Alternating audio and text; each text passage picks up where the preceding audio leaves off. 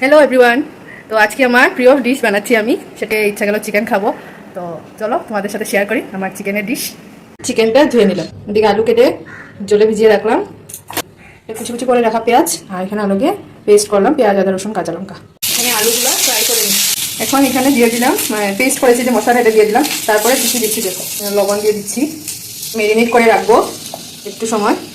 হলুদ, সব গোটা মশলা আমি ভেজেছি ওগুলো দিয়ে দেবো। তারপর দিচ্ছি ধনিয়ার গুঁড়া, তারপর এখানে দিয়ে দিলাম কাশ্মীরি মির্চ। আলু ফ্রাই হয়ে গেছে, তো এখানে দিয়ে দেবো সরষের তেল। তো এখন এটাকে ম্যারিনেট করে নেবো।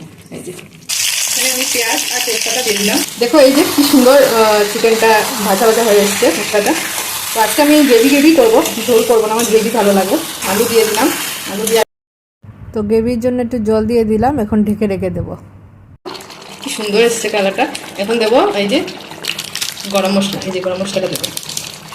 এখন দেবো চিকেন কারি মশলা। তো এই যে রেডি হয়ে গেল আমার চিকেনের তরকারি। কিরকম লাগলো তোমরা কমেন্ট করে জানাবে। খেতে বসে গেছি, গরম তো দেখি কিরকম হলো।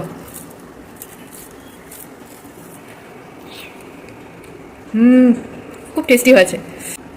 এই যে লেগ পিস। তো সবাই আমাকে কমেন্ট করে জানাবে আমার ভিডিওটা কিরকম লাগলো। তো আজকের জন্য টাটা।